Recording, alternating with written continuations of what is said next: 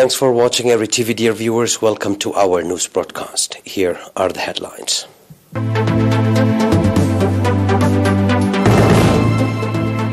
Barantu School of Associate Nurse graduates 121 students. Efforts to empower women in Barantu subzone. G7 summit leaders detail $600 billion plan to rival China's Belt and Road Initiative. At least 22 young people die in tavern in South Africa.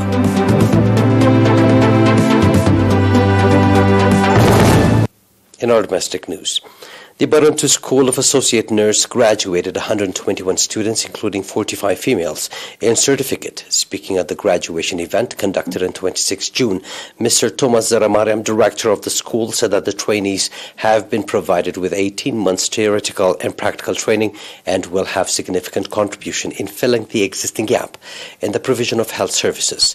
Sister Alganish Takhlagargish, coordinator of schools of associate nurses in the region, on her part said that in accordance with the policy of the Ministry of Health to expand health services, both in quality and quantity, schools in associate nurse have been established in Barantu, Ginda and Mandafara and have so far graduated 3,944 students, indicating that medical profession requires strong discipline, competence, maturity and commitment.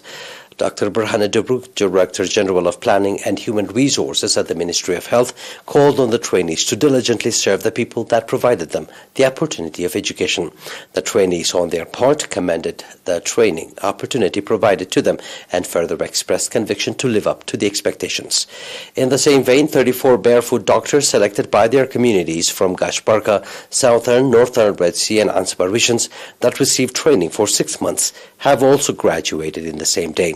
The objective of the training that was organized in cooperation with the Ministry of Health and UNICEF was to provide health services to outreach areas of the country.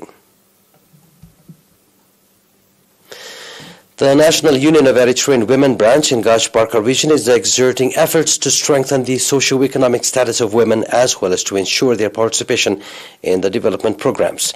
At the meeting, Ms. Yahdaga Yohannes, conducted with representatives of women in Agordat subzone, said that even though dedicated efforts continue to be made in order to avoid harmful traditional practices, including underage marriage and female genital mutilation, FGM, that are affecting the overall development and empowerment of women, the instances do persist. Pointing out that without the conscious participation of women, the harmful practices could not be avoided, Ms. Yahdaga called on the participants to reinforce participation in efforts to totally eradicate them.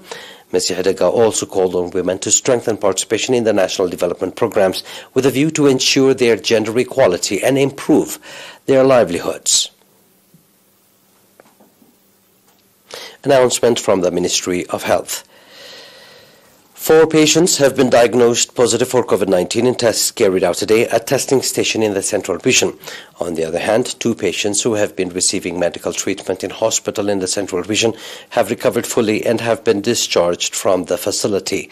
The total number of recovered patients has accordingly increased to 9,676, while the number of that stands at 103.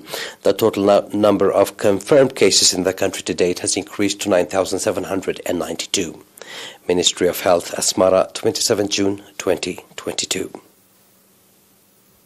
Those are domestic news. Please stay tuned for the international right after the short break.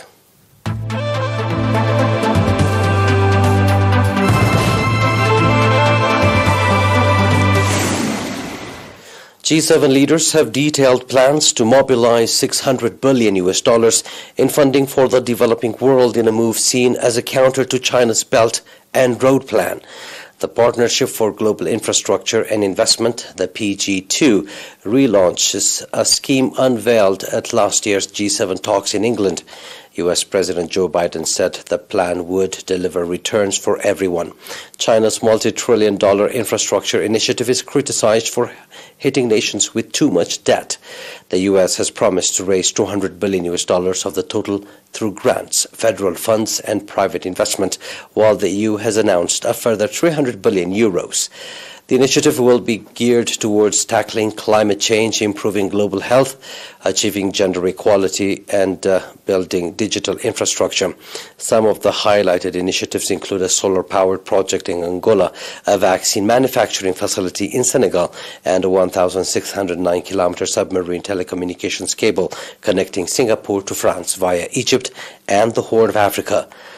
The infrastructure plan was first unveiled at the 2021 G7 summit in Britain. Called the Build Back Better World at the time, the US-driven plan faltered from a lack of progress, and the project was renamed to PG2 before being resuscitated at the 2022 summit. At least 22 young people have died at a nightclub in South Africa. Authorities said at 4 a.m. on Sunday the local police station received several frantic phone calls from people about the incident at the Enyobeni Tavern in Scenery Park, a working-class community in East London City.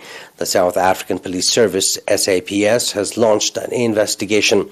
9 of the deceased were girls, according to officials. Among the victims who attended the highly publicized party were young people aged between 13 and 20, a witness told Al Jazeera. Sinathemba, whose name has been changed to protect her identity, said she and a few of her friends were present when the bar started to fill up that morning. The 17-year-old, a Class 12 student at a local high school, told Al Jazeera that they attended the party because they were informed that 2 local soap opera celebrities would be hosting it.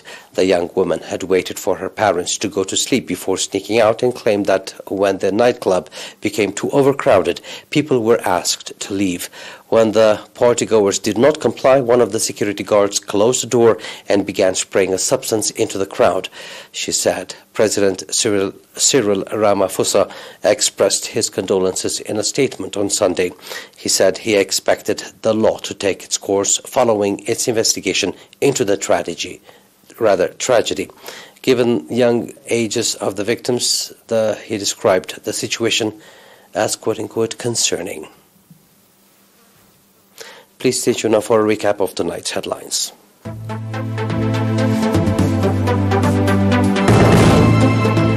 Baronto School of Associate Nurse graduates 121 students. Efforts to empower women in Baronto subzone.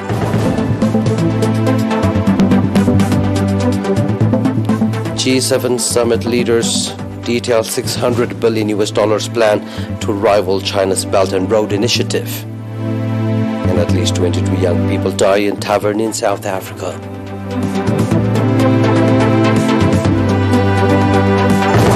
That was our news. It is good night from us.